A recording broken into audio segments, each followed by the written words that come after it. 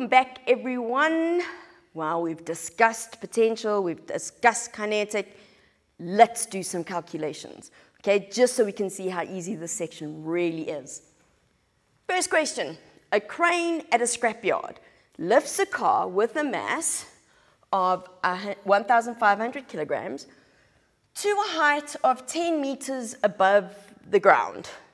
Calculate the car's potential energy. We like questions like this, so let's write down what we know. Mass, 1,500 kilograms. We're happy because it's in kilograms. Height is 10 meters, and they want potential energy. We know potential energy is mass times gravity times height. Now here you need to remember, because they're not going to tell you that G is 9,8 meters per second squared.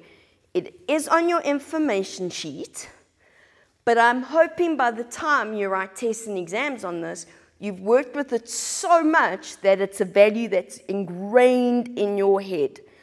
But if it's not, look it up, okay?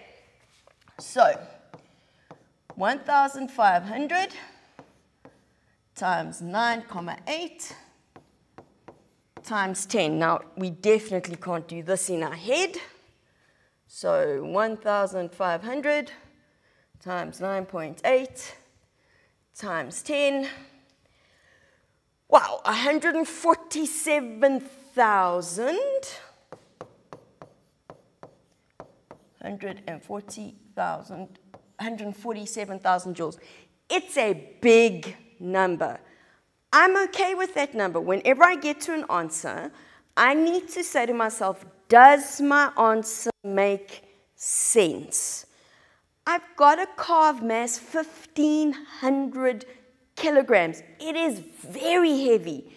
And 10 meters is actually quite high. So I'm going, it's high and it's heavy. I'm okay with that answer. So I'm not concerned. Next question.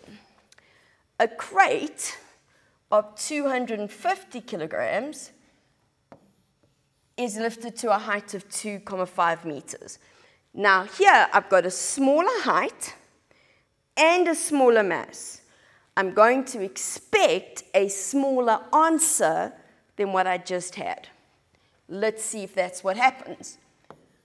Mass, 250 kilograms.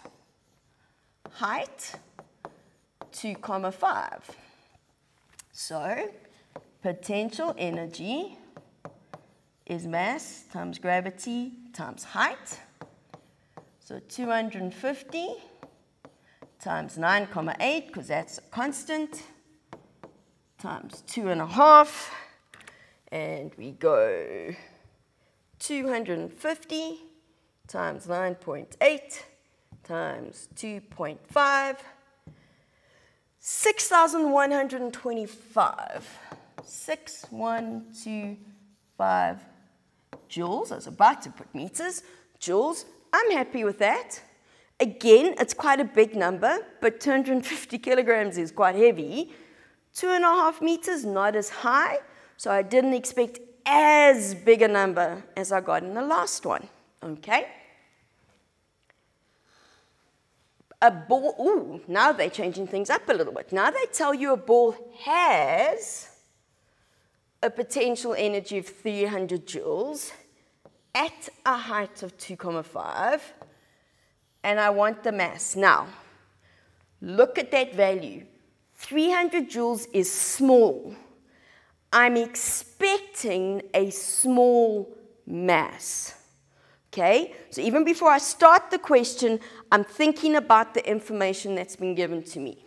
So, they tell us potential is 300, height is 2,5, and they want m. So we start where we always start. Equation, potential equals mgh. Potential is 300. We don't know mass. G is 9,8. Height is 2.5. We want m on its own, so we're going to go 300 divided by 9,8 times 2.5. Definitely need calculators for this one. So 300 divided by 9.8 times 2.5. And look there, 12,24. Okay, so we're getting 12,24 grams. Not grams, kilograms. That's still quite heavy for a ball, but I'm okay with that. There's nothing wrong with our maths. It's a heavy ball. It would be like an exercise medicine ball maybe. I don't know. We just go with it. A dynamics trolley. Guys, all a dynamics trolley is, it's a wooden block that has wheels on it that we use in a physics lab. Don't stress if you don't know what it is, okay? That's not important. What's important is that they tell you it has a mass of 500 grams. We measure its speed at 4 meters per second. Now, some of you are going to be going, but wait, Tracy, kinetic energy needs velocity. It does, but remember, speed and velocity are measured in the same units, meters per second. Just means I haven't given you a direction. And that doesn't matter because energy is a scalar. So here, if they give us speed or they give us velocity, it doesn't matter, okay? So we have a mass, 500 grams, but needs to be in kilograms, so that's half a kilogram. That's going at 4 meters per second. So my kinetic energy is a half mass times v squared. So it's a half times 0.5 times 4 squared. We're going to use our calculators. So a half is 0.5 times 0.5 times 4 squared, and it gives me 4. Tiny kinetic energy, but I'm okay with that. It is a small object going at a relatively slow velocity. 4 meters per second isn't that fast. So I'm okay. 4 joules, nice and small. So, next one.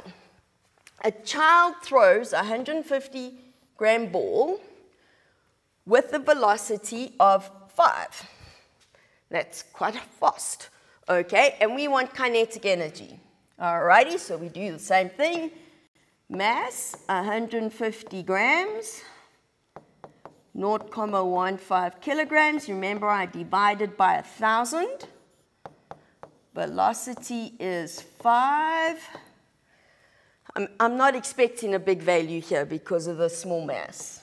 So EK is a half mass times velocity squared. So it's a half times 0.15 times 5 squared. I absolutely need my calculator. So it's a half, so 0.5 times 0.15 times 5 squared, and I get 1,8. Remember, we round off to 2 decimal places, so 1,88. And like I said, when I looked at it, I went, oh, it's going to be a small value, mainly because the mass was so small. Okay, that was the big deciding factor for me. When you do these calculations, look at the information you're given. Then look at the answer you get and always say to yourself, does my answer make sense? So if I'm getting a big value for a tiny little object, I've probably made a mistake. Okay? So you need to look at it and go, always say to yourself, does my answer make sense? If it does, we're good. If it doesn't, go back and look at what you've done. It's very likely that you didn't convert your mass properly. That's the big mistake. Mass must be in kilograms, okay? So, keeping that in mind, we're going to take a short break, and I'll see you in a couple of minutes.